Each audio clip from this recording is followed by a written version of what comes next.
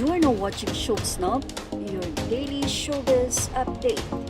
Hindi nga nanahimik lamang ang ex-partner nitong si Dennis Padilla kung saan ay nagkaroon siya ng clarification hinggil sa naging interview nitong si Dennis Padilla kay Astor Amoyo. Ilan sa mga nilinaw ng kanyang ex ay ang dahilan ng kanilang hiwalayan, pati na rin sa sinasabi daw na madugo na sustento na ibinibigay nitong si Dennis Padilla sa kanyang mga anak na nanggagaling dito sa Pilipinas papuntang Australia. Well, narito nga ang naging pahayag ng nasabi nga pong Mrs. or ang ex-partner nitong si Dennis Padilla.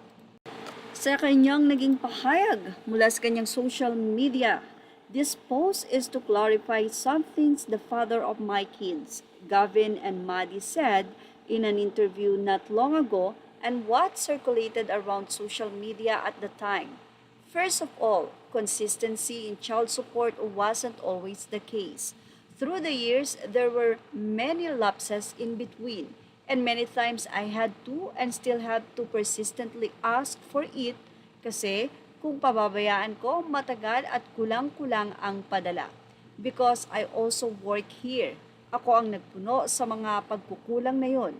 I don't know what madugo meant in his statement when this is what was more or less the normal expenses for the kids even back then when we're still living together.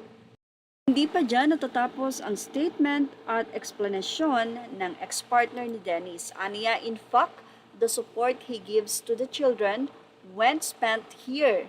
Lumiliit na kasi the actual cost of living in Australia is far more expensive compared to the Philippines. And not to mention, they go to school here for free.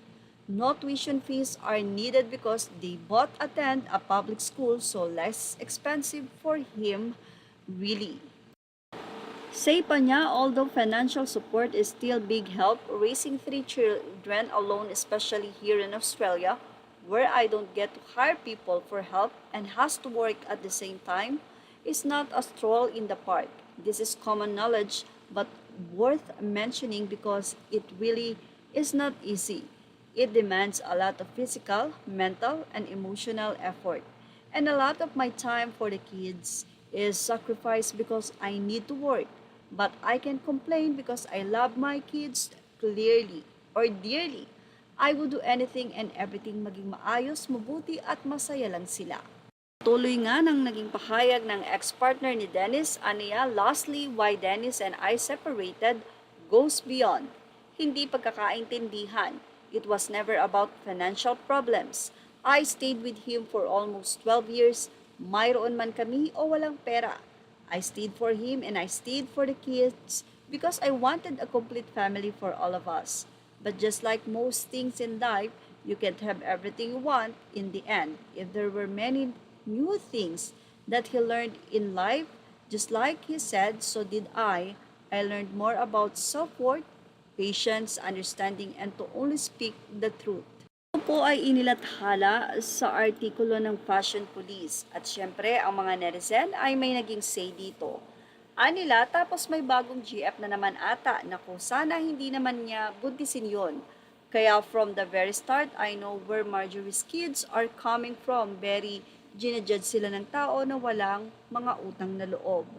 Say naman ng isa, iba naman yung issue ng pagiging ina na may issue sa ex-husband versus issue ng anak sa tatay versus pagkakilala at pagrespeto sa magulang. Karesponsable man ito o hindi. Say naman ng isa pang anonymous commentator, still can't believe why all these beautiful women stay with him that long when he's clearly abusive. Same here, I totally get the kids kaya inis na inis ako sa mga hirit ni OG Diaz at parinig sa kids ni Marjorie. Ayan na naman sa statement, tapos pag hindi nag-respond ang Barreto kids, magtatantrums na naman. Say naman ng isang moral of the story, huwag kang mag-asawa kung wala kang pera. Money plays an important part in the relationship. Those who say otherwise are either lying or out of touch sa reality. Hindi naman pwedeng mabuhay ang tao sa mga tula at rosas, sa laway at pangbobola lang. At paano kung yung mapapangasawa mo ay hindi sanay sa hirap gaya mo? Kawawa lang, and maaawa din kayo sa mga anak nyo kung magpapamana lang kayo ng utang o kahirapan. Hindi naman nila wini-wish na ipinanganak na dukha sa mundo unless maabilidad sila at kayang baguhin ang kahirapan nila. Sabi nila, lesson of the story, huwag pumatol sa purito. Love doesn't pay the bills, huwag magpaloko. Well, enabler ka ba ng mga irresponsibleng parents like D, demanding respect kahit sila walang respeto? Kasi kung may respeto sila sa sarili nila at anak, hindi nila pababayaan na walang sustento ang mga ito. Say naman ng isa, si Dennis kasi laging pa-victim ang peg. Malinaw naman sa history niya ang problematic personality niya. Well, yun nga ang ating showbiz snap update. Ano masasay nyo rito? Ilagay na po ang inyong komento sa ating comment section.